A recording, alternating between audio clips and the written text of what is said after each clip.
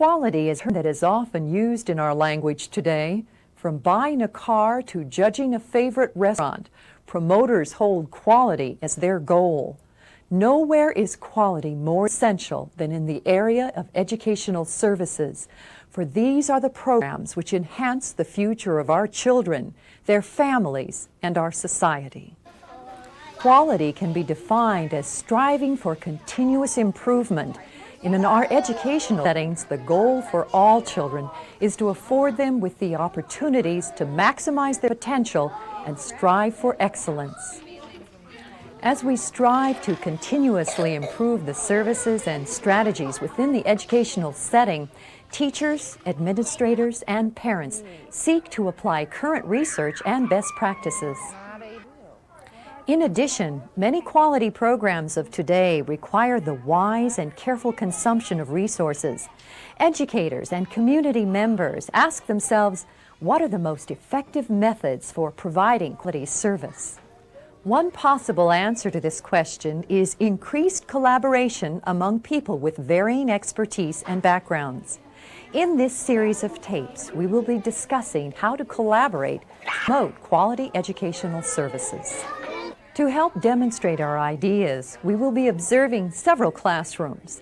In this particular case, we will be focusing on their struggles and accomplishments in implementing inclusion through interagency collaboration.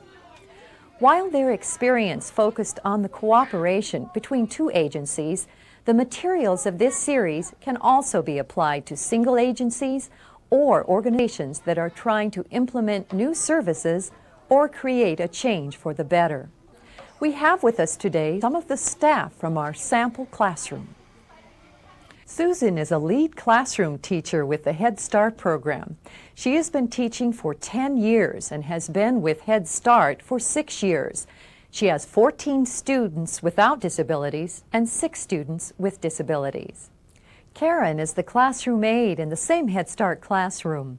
She works for the local school district and was hired as a classroom support person because of the students with disabilities that have been included into the general classroom. She has been working with children for 5 years. Jane is a special education teacher from the school district who works in the Head Start program as a rover. That is, she roves from one classroom to another as additional support is needed with the children with disabilities. Mary is a Head Start parent volunteer. She first became involved with the program when her child enrolled 3 years ago. She has had much experience working in Head Start classrooms. The following scenes illustrate problems arising in our sample classroom due to a lack of collaboration between agencies. Watch closely and see if you can identify with these types of difficulties in your own program.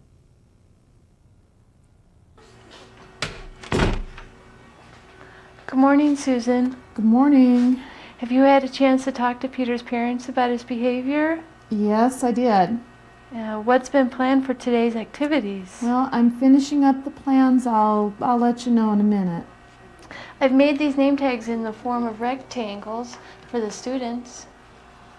We're still working on colors with our kids. These might work for your kids if you want to work on shapes, but mine are still working on colors. Okay. I never felt sure about what my role as a school district aide was. I thought my ideas and plans would be important, but I was made to feel like I was just an extra body to have in the classroom. Susan and I never seemed to be able to communicate. I didn't feel like a real teaching partner. I never knew what was happening from day to day because my work schedule didn't include coming in on planning day. I never felt like we were a team, even though we both wanted a good experience for the children who came to school. I guess I never felt like Karen was a part of the Head Start team. She was paid by the school district to work in the classroom, but I just never felt she had any of the responsibilities I had. I thought I should be in charge. It seemed like I was responsible for the Head Start kids, so if there was a problem, like with a child's behavior, I was responsible for working out a solution. I really want what is best for all the students in my classroom, and I really like the way Karen worked with all the children. I just don't know how we can make this team thing work. There's never any time to meet.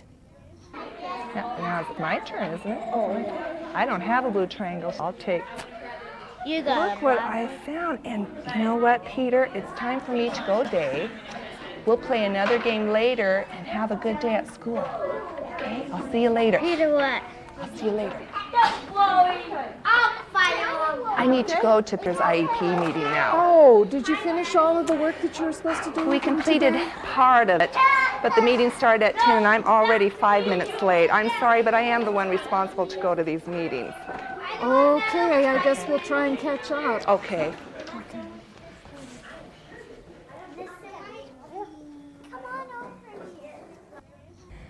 I see my role as a special education teacher as someone who is responsible for the special needs students in both classrooms. That means I work with each one individually, and to do that, I have to take them away from the group so they can work on their IEP objectives. I only have so much time for each child during my day, and their needs are so great. I also am responsible for being at each IEP meeting, so on days when those are scheduled, obviously I cannot be in the classroom. I guess I don't really think of myself as a full-time member of the classroom team. I don't get a chance to know the children in the classroom who don't have special needs. I'd like to work with all the children, I just don't have time. I'm not sure what my role is in this type of classroom. When Jane is not working in the classroom, I leave most of the contact with special needs students to Karen, the school district aide. I find that I'm too busy with the students without disability, and if I have to include a special needs student into an activity, sometimes it just gets overwhelming.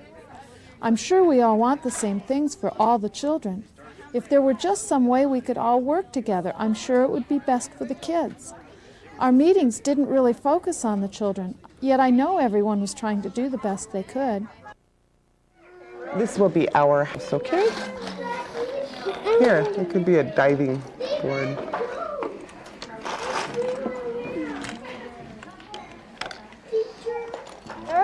You could fish it, sorry.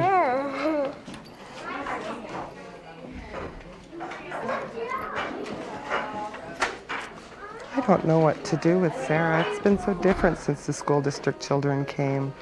I don't know what we can do with them, what they're supposed to do.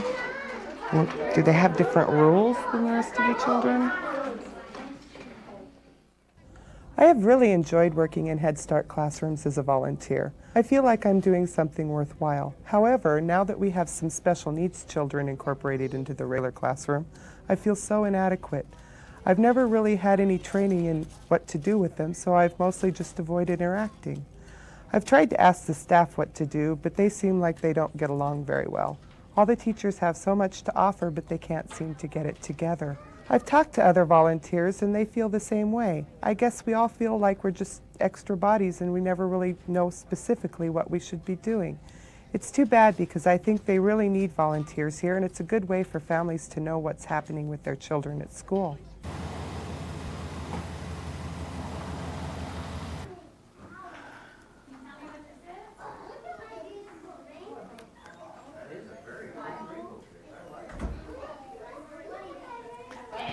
Let's go find out where everyone is. Here, why don't you go over there? Where is everyone? Well, we're going on a field trip to the grocery store, and we're supposed to leave at 11 o'clock. I've been waiting to let you know where we were going. Most of my kids are already on the bus.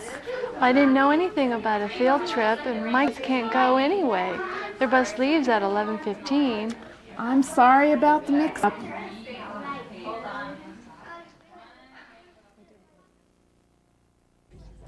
And I remember that mix-up with the field trip. I was so surprised when I came back into the classroom and found all the other students gone. It's too bad we couldn't have changed the schedule so the special needs students could be included. Planning a field trip that included the special needs students just would have been so difficult. We would have needed extra time, extra help, and volunteers. It was just so overwhelming to even think about, so I just planned it for my students. Besides, the school district children leave Head Start at 11:15. I didn't think we'd be able to schedule it so they could come with us. I sure wish there was a way to make things easier. I'm sure it's important for the special needs students to be involved in everything. I just don't know how to do it. We never had enough time to plan together. When we did meet, it was kind of disorganized and unproductive. Let's join our sample classroom staff at one of their early meetings. I would have liked for my school district kids to have gone on that field trip last week. When is the next one? We're going to be going to the pumpkin patch in a few weeks. What time is that at? It's going to be on Monday from 10 to 12. My kids can't go. They have to be back by 11:15. Sorry I'm late. I couldn't find a place to park. What have you been discussing? Well, we were talking about the field trip that my kids weren't able to go on last week, and there's another one scheduled, and they can't go to that one either. Well, we really need the experience of going places in the community. Whatever the difficulty involved, I think it's worth it. Our kids need to be doing what everybody else is doing. Well, I just don't know. I've already got everything scheduled, and it'd be a lot of extra work to get things rearranged. I'm not sure I'll have time to set it up. We'll see.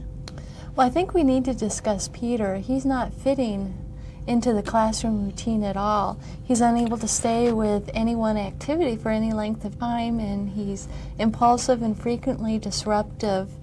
I feel that he needs more one-to-one time with you, Jane, and I don't see him working on any of the skills that I saw written in his IEP. I think it definitely would be easier for Peter to have more structured time. He's just not able to make choices about what activity he wants to be involved with. But making choices is developmentally appropriate practice. The kids need to be able to make choices based on what their interests are. We can't choose for him. Well, I think part of the reason he can't make choices is that the classroom environment is so visually cluttered. He seems distracted by everything going on in the classroom. Well, we tend to think of the environment as rich and stimulating. It's offering many opportunities for exploration. Well, we have to do something. He's interfering with the other children's play, and they don't want him around. Maybe we need to start structuring his free time. Well, I don't know. That takes a lot of coordination, and someone would have to be assigned to him pretty much full time. I don't think we have the staff for that. I don't see how we could do it.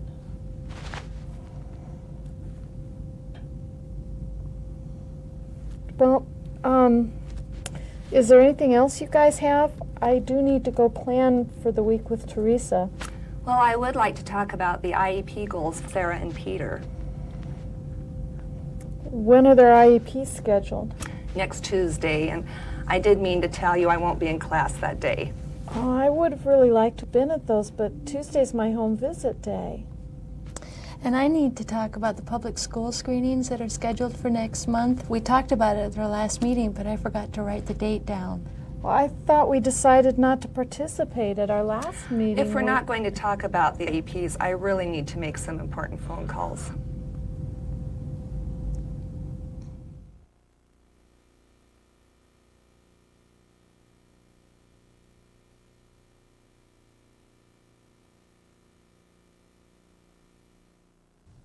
These scenarios and reflections should have pointed out to you some of the difficulties facing our sample classroom in trying to implement inclusion, which were 1, lack of communication, 2, lack of role clarification, 3, lack of joint planning, 4, differences in philosophy and expectations, and 5, lack of training. Your group may also have experienced these same issues in implementing a change. Take some time to identify the issues with which your group is dealing. In the next tape, we will look at how difficulties can be overcome through collaboration.